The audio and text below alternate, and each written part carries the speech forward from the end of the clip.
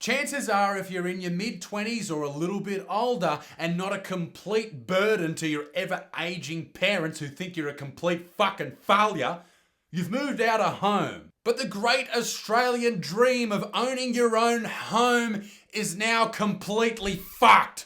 It's way too fucking expensive to buy a house. And a lot of people's parents or grandparents can't wrap their fucking dementia-ridden heads around the fact that it's too fucking expensive. Listen here, dickhead. In 1973, you paid $35 fucking dollars for a house, and now for that exact same house in 2018, it's $750,000, 3 testicles, and a Russian fucking kidney.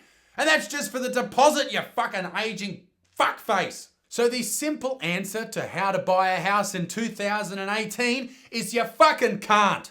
Unless you want to live a life of extreme debt and you're not even be able to take your missus out for breakfast unless you go and buy a half a sausage and egg McMuffin. It's impossible. It's not going to fucking happen, all right? Wrap your head around this. So, instead of doing that, why don't you consider, like everybody fucking else, renting? Renting is a great way to pretend you're an adult.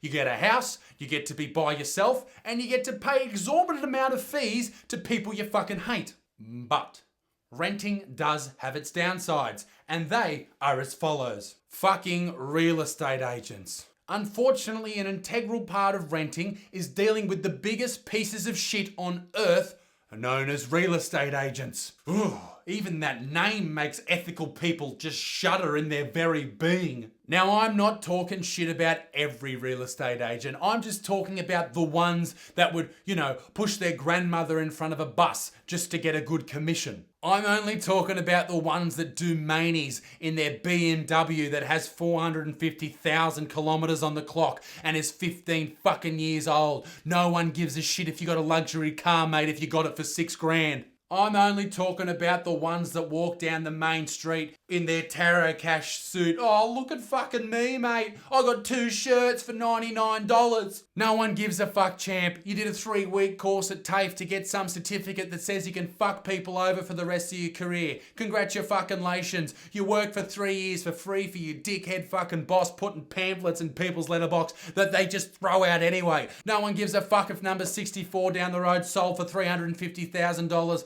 Why the fuck would I care? It was a shithole anyway. Walking around thinking you're all successful. Yeah, you might be successful, but you're successful at being a slimy looking dog shit. Okay, maybe I am talking about all real estate agents. Fuck you. When you move into your rental, make sure you watch out for your neighbours. You could move in next to some dirty old bogans whose hobbies include durries, bongs, and domestic violence. But perhaps even worse, you could get some fucking pensioners. Oh, the dreaded pensioner, because retirement means one thing. You've got fuck all to do. So your very existence in their street, next to their house that they've lived in for 35 years, becomes their life's work. If you have a barbecue and it runs 5 minutes past midnight, they're going to call the police and they're going to call fucking Tracy Grimshaw from A Current Affair, and she's going to be over and her head will be so far up your ass about how horrible you are and why you're interested in binge drinking, recreational use of drugs, and fucking Pokemon Go. And then he'll fucking poison your grass, he'll fucking film you and shit and throw rocks at your windows in the middle of the night, he'll fucking haunt you when he dies. That's how bad pensioners are as neighbours. Make sure you choose your housemates very carefully. You want to choose someone who you get along with, you're very friendly with, but you could also beat in a fight. Because there's nothing worse than coming home from a fucking weekend away and you get home and there's fucking a plate sitting in the sink and it's covered in melted fucking cheese and you can't get the fucking thing off, and you ring your fucking housemate and you say, "Hey Taylor, why have you left so much fucking cheese in the fucking sink?" And he goes, "Oh bro, I'm just going for a surf, I'll be home later, I'll fix it up." And then 3 days later it's still not fixed up. Fuck you Taylor, you little shit. You wait till you get home tonight, I'm gonna fucking elbow you in the fucking head. Loud rooters. You need to watch out that your housemate's not a loud rooter. Your housemate could be absolutely perfect in every single way until he or she and their partner heads into the boudoir for a bit of afternoon action. And ladies and gentlemen, there's nothing worse than to be laying in your bed alone watching Rick and Morty for the 15th fucking time on Netflix, and you hear your housemate getting into a bit of ruckus in the boudoir, getting some action on, getting stuck right into it, and their sexual partner's screaming, they're moister than an oyster, it's all bloody happening, and you're sitting there, and now you've got to get on Tinder because you're fucking desperate, and that leads to STDs.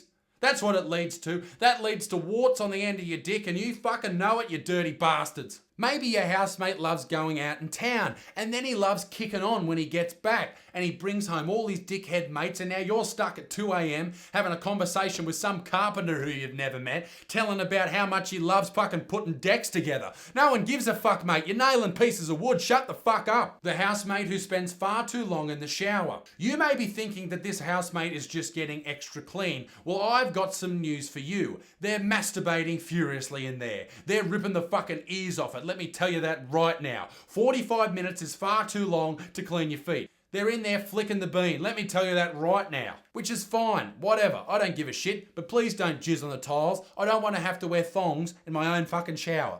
When you move into a new rental, you'll often get mail that was meant for the last occupant. It's very important that you treat this mail as if it was your own and give it the respect that it deserves. And on that note, make sure you treat the entire house with respect. For example, make sure you clean the toilet at least once. Make sure you mow the grass. I'm only kidding. Let that motherfucker grow. And maybe even learn that just because you leave your clothes on the ground after you wear them, it doesn't mean they magically get washed. But perhaps the hardest thing about moving into a place is moving out. Packing up thousands of things that you don't need and you will never see until you move them out again is just one of the fun things about moving. But nothing is harder about renting than getting your bond back. That couple of $100 that you give to the real estate agent at the start of your lease, so just in case a door goes missing or there's a fucking car through a wall, they can pay for it. It's very difficult to get the bond back because let's face it, you're a pig. There's jizz stains on the walls, on the ceiling, on the carpet. Or is that just me?